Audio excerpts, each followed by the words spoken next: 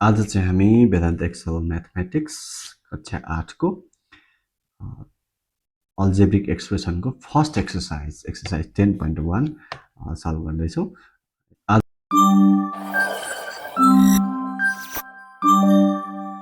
यसमा हामीले सबैभन्दा पहिला त पोलिनोमियल कुन कुन हो भनेर छुट्याउने क्वेसन छ यहाँनिर। जस्तो कि यहाँनिर देख्न सकिन्छ 2x + 3 छ। अब हामीले बुझ्नुपर्ने के छ भने पोलिनोमियल त्यस्तो एक्सप्रेसनलाई भनिन्छ जसमा चाहिँ भेरिएबलको पावर चाहिँ होल नम्बर मात्र हुन्छ। यहाँनिर हेर्नुभयो भने यहाँ 2x + 3 छ, यहाँ एउटा भेरिएबल x देख्न सक्छु, जस्तो कि यहाँनिर पावर 1 छ। अब यहाँनिर भेरिएबल छैन, यो टर्ममा चाहिँ भेरिएबल देखिँदैन, तर भेरिएबलको पावर यहाँनिर के छ त 0 छ, त्यसैले के भयो त्यो इन्भिजिबल भयो।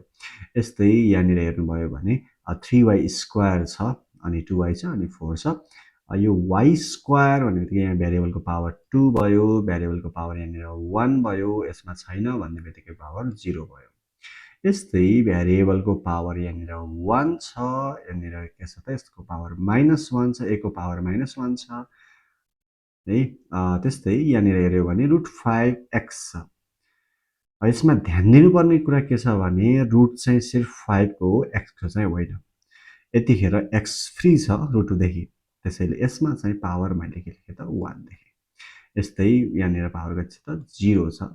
यस्तै x को पावर 2 रहेछ, 3x रहेछ, यहाँनिर पावर 2 छ अनि यसपछि यहाँनिर 1 छ, यसमा कति छ त 1 छ, यहाँनिर 1 छ अनि यसमा 0 छ। तर √x + 2 - 3 भन्ने एक्सप्रेसनमा चाहिँ रुट भित्र x छ, त्यसैले यहाँनिर चाहिँ x को पावर यदि सल्भ गर्दै जाने भने कहीँ न कहीँ हामीले x को पावर के देख्छौँ त 1/2 भेट्नेछौँ अनि यहाँनिर पावर 0 भयो। कुनै कुनैमा यदि हेऱ्यो भने यहाँनिर मैले a मा चाहिँ सबै पावरहरू होल नम्बरै भएको देखियो है। 2x + 3 पनि एउटा पोलिनोमियल भयो। यस्तै 3y² - 2y + 4 पनि एउटा पोलिनोमियल भयो है। तर यो c मा चाहिँ पावरमा नेगेटिभ हुनाले यसलाई हामीले पोलिनोमियल भन्न मिलेन। यहाँनिर चाहिँ d नम्बरको पनि हाम्रो के छ त यो पोलिनोमियल नै हो। √5x + 1 लाई पनि हामीले √5 अनि x + 1 लाई पनि हामीले के भन्छौँ त पोलिनोमियल हो भन्छौँ। यस्तै x² / 2 - 3x + 7 पनि एउटा के हो त पोलिनोमियल नै हो। अब यस्तै √x + 2 - 3 यो चाहिँ पोलिनोमियल होइन है, यो चाहिँ पोलिनोमियल होइन, यो होइन अनि हाम्रो c को चाहिँ होइन, अरु बाँकी चाहिँ पोलिनोमियल भयो। अब जाउँ क्वेसन नम्बर 2 मा। क्वेसन नम्बर 2 मा के छ भने 3x दिएको छ। अब हामीलाई के बुझ्नुपर्छ भने डिग्री अफ अ पोलिनोमियल भनेको चाहिँ डिग्री अफ पोलिनोमियल भनेको के हो भने हामीसँग जतिवटा टर्महरू छन् एक्सप्रेसनभित्र हुने एउटा पोलिनोमियलभित्र जतिवटा टर्म छन् हरेक टर्मको हामीले डिग्री निकाल्छौँ। हरेक टर्मको डिग्री निकाल्छौँ। That means the highest degree of the term in a polynomial. A term in a polynomial L is the degree of the polynomial, is the degree of that polynomial, degree of that polynomial है। अब यहाँनिर हेऱ्यौ भने हामीसँग त जम्मा एउटा मात्रै term छ, मोनोमियल हो, यो पनि मोनोमियल छ, यो पनि हाम्रो मोनोमियल छ। यहाँनिर चाहिँ बाइनोमियल देख्न सकिन्छ, यसमा ट्राइनोमियल छ, यसमा के छ त ट्राइनोमियल छ। अब a मा हेरौँ 3x लेखेको छ, यो एउटा मात्रै टर्म भयो, यसको डिग्री कति त भने यहाँनिर भेरिएबल हेरौँ, भेरिएबलको पावर कति छ त यसको पावर 1 छ हो। द्याट मिन्स डिग्री कति हुन्छ त डिग्री हुने भयो 1। यस्तै b मा छ 2p², यसमा भेरिएबल हेरौँ, भेरिएबल p छ, p को पावर 2 छ, द्याट मिन्स डिग्री हुने भयो 2। यस्तै सीमा जाउँ 4a² b छ। अब यहाँनिर चाहिँ दुईटा भेरिएबल छ। दुईटा भेरिएबल छ भने के गर्ने त हामीले पावरलाई एड गर्ने। द्याट मिन्स 2 + 1 त्यसो भए डिग्री कति हुने भयो यसमा डिग्री हुने भयो 3।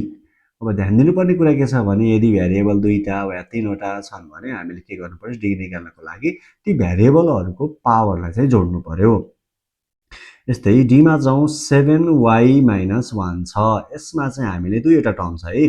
यहाँ 7y छ अनि 1 छ यहाँनिर। अब 7y मा भेरिएबल छ y यसको पावर हुन्छ 1। अब यसमा चाहिँ हामीसँग के छ त केही पनि भेरिएबल छैन 1 मात्रै भयो एउटा नम्बर कन्स्ट्यान्ट मात्रै हुने भयो जसले गर्दा हामी यसलाई के छौँ पावर 0 छ भनेर बुझ्नु पर्यो भेरिएबलको पावर 0 छ त्यहाँनिर। अब दुईटामा कम्पेयर गरौँ त यो 1 र 0 लाई कम्पेयर गरौँ त कुन चाहिँ ठुलो भयो त ठुलो छ 1। द्याट मिन्स 7y - 1 को डिग्री हुने भयो है। डिग्री यसको कति हुने भयो डिग्री हुने भयो 1 किनकि highest degree of the term एउटा टर्मको चाहिँ 0 छ अर्को टर्मको चाहिँ 1 छ हाईएस्ट कुन भयो त 1 भयो। त्यसैले degree of this polynomial is 1। अब इमा हेरौँ इमा छ हामीसँग 2x³ - 3x² + 6। We have 3 terms है हामीसँग तीनवटा टर्म छ हरेकको डिग्री निकाल्दै जाउँ। यसको डिग्री छ 3 यसको डिग्री छ 2। अघि मैले भनेको थिएँ यदि भेरिएबल देखिँदैन भने त्यहाँनिर पावर कति छ त 0 छ भन्ने बुझ्नु पर्यो। द्याट मिन्स डिग्री पनि कति छ त यहाँनिर 0 छ। अब यसमा हेरौँ सबैभन्दा हाईएस्ट डिग्री चाहिँ कुन त भन्दा 3 छ। यो 3 हाईएस्ट हो भने पोलिनोमियल डिग्री अफ द पोलिनोमियलको डेफिनेसन के हुन्छ भने highest degree of the term is the degree of the polynomial. That means 3 is the degree of that polynomial है। अब यसको डिग्री कति हुने भयो 3 हुने भयो है डिग्री हुने भयो 3। अब जाउँ एफमा हामीसँग 9xy - 7x + 2y हरेकको डिग्री हेर्दै जाउँ। यसमा भेरिएबल दुईवटा छ x र y that means we have to add the power है यहाँनिर पावर एड गरौँ 1 + 1 यो हुने भयो 2 यसको डिग्री। अब यसमा चाहिँ एउटा मात्रै भेरिएबल छ जम्मा 1 छ पावर यसमा चाहिँ कति छ त एउटा भेरिएबल जसको पावर चाहिँ 1 नै छ।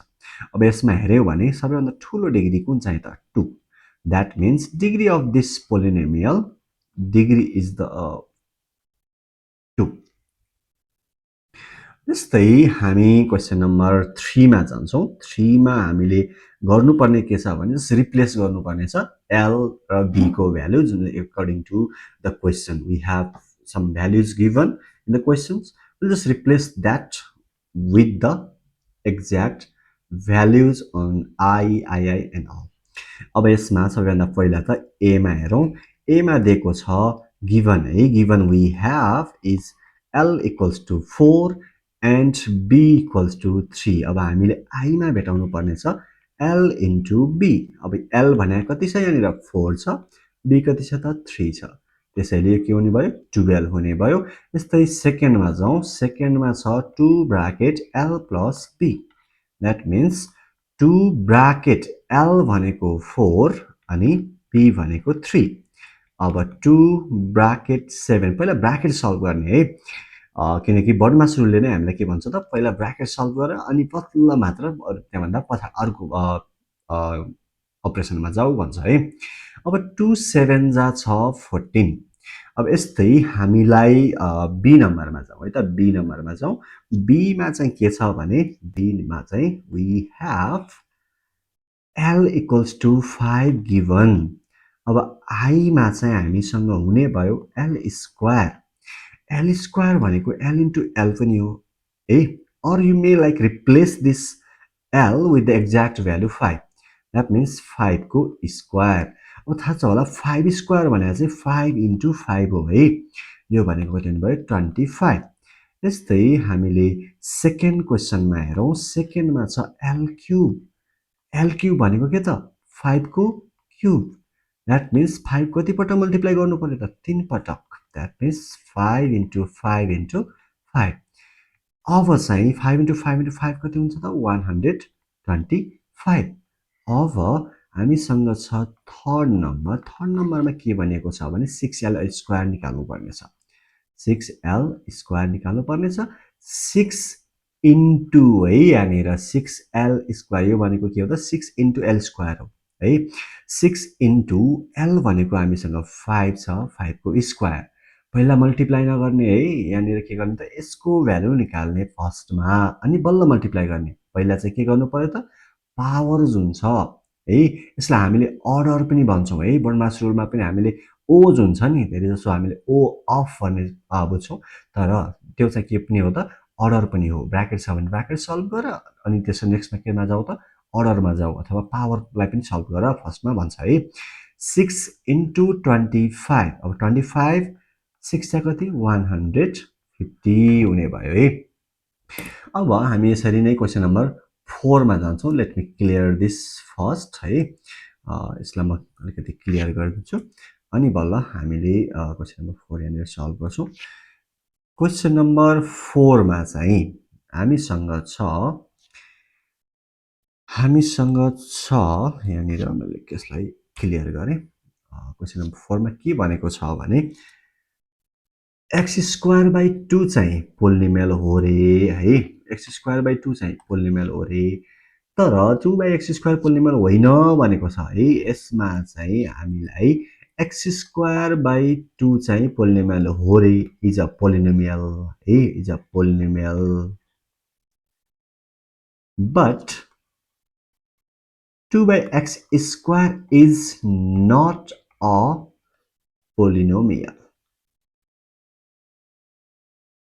The reason because we have because अब यहाँ हेरौँ x स्क्वायर मा पावर कति छ त 2 छ भेरिएबलको पावर 2 छ तर यदि यसमा हेर्यौ भने चाहिँ यहाँनिर x छ जसको पावर चाहिँ -2 भएर चाहिँ के कहाँ गएको हो त डिनोमिनेटरमा गएको है अब यहाँनिर -2 भनेको होल नम्बर हो त होइन 2 चाहिँ हो -2 चाहिँ होइन जसले गर्दाखेरि यसलाई हामीले के भन्न पाउँदैनौँ पोलिनोमियल भन्न पाउँदैनौँ because x square by 2 has variable with power is whole number है power is whole number but in 2 by x square the variable has power is non-whole number है non-whole number यो हामी यसको रिजन हुने भयो यसको लागि सिमिलरली यहाँनिर पनि हेर्न सकिन्छ यो जुन छ रुट 2x रुट भित्र छ है x अहिले तर यहाँनिर चाहिँ रुट भित्र छैन फ्री छैन रुटदेखि फ्री छैन है यहाँनिर रुटदेखि फ्री छैन यो यहाँ चाहिँ छ है रुट 2x यहाँनिर पावर हुन्छ 1 तर यहाँनिर पावर हुन्छ 1/2 है यहाँनिर जुन छ 1/2 हुने भयो 1/2 है 1/2 हुने भयो 1/2 है त यो अनि अब यदि 1/2 छ भने होल नम्बर हो त होइन यहाँ चाहिँ 1 छ द्याट्स अ होल नम्बर त्यसैले यो एक्सप्रेसनलाई चाहिँ हामीले पोलिनोमियल भन्न सकियो तर यो एक्सप्रेसनलाई हामी के भन्न सकिँदैन त पोलिनोमियल भन्न सकिँदैन अब define the degree of polynomial हामीले अगाडि नै लेखेको छौँ the highest degree of the term in a polynomial is the degree of that polynomial है यसको डेफिनेसन चाहिँ अब हामी क्वेसन नम्बर 5 मा जाउँ क्वेसन नम्बर 5 मा हामीसँग छ the question to where we need to find out the degree of the polynomial है degree of the given polynomials हामीले त्यो निकाल्नु छ degree of the polynomial निकाल्नु छ त्यसैले अब हामी क्वेसन नम्बर 5 मा चाहिँ जुन यो 2x देख्नु भएको छ है 2x yz यहाँनिर देख्न सकिन्छ a मा है 5 को a मा 2x yz रहेछ अब यो त एउटा सिंगल टर्म हो सिंगल टर्ममा हामीले के गर्छौं डिग्री निकाल्नको लागि भेरिएबल जतिवटा छन् हरेक भेरिएबलको पावरलाई जोड्छौं 1 + 1 + 1 है x को पनि पावर 1 y को पनि पावर 1 भयो z को पनि पावर 1 भयो त्यसैले अल टुगेदर यो कति हुने भयो 3 त्यसैले डिग्री अफ 2xyz इज 3 है यस्तै बीमा हेरौँ बीमा छ 5a² यसमा पावर 2 छ यसमा चाहिँ पावर 1 छ यसमा पावर 1 छ यो अल टुगेदर यो कति हुने भयो त 4 हुने भयो डिग्री हुने भयो कति 4 हुने भयो डिग्री इज 4 यस्तै सी मा छौं 3y² - 4y + 8 यसमा छ यो चाहिँ हामीसँग तीनवटा टर्म भयो है यहाँनिर तीनवटा टर्म छ त्यसैले यसको चाहिँ डिग्री हुने भयो 2 यसको चाहिँ डिग्री हुने भयो 1 यसमा चाहिँ मैले अघि भनेको थिएँ भ्यारिएबल छैन भने भ्यारिएबलको पावर कति लेख्ने त 0 हो भनेर लेख्ने अरेको डिग्री कति रहेछ 2 1 र 0 रहेछ अब यहाँनिर कम्पेयर गरे भने सबैभन्दा हाईएस्ट कुन त भन्दा 2 that's why the degree of the polynomial 3y² - 4y + 8 is 2 है यस्तै डी मा 7x⁵ अनि छ -2x⁴ + 5x³ - 7x² - 3x रहेछ हामीसँग कति 1 2 3 4 5 टर्म्स रहेछ 5 टर्म्स हरेक टर्मको हामीले पहिला डिग्री निकालौं यसको छ डिग्री 5 यसको छ डिग्री 4 यसको छ 3 यसको हुने भयो 2 यसको हुने भयो 1 है दिज आर द डिग्रीज है degrees of each term the highest degree is 5 therefore the degree of the given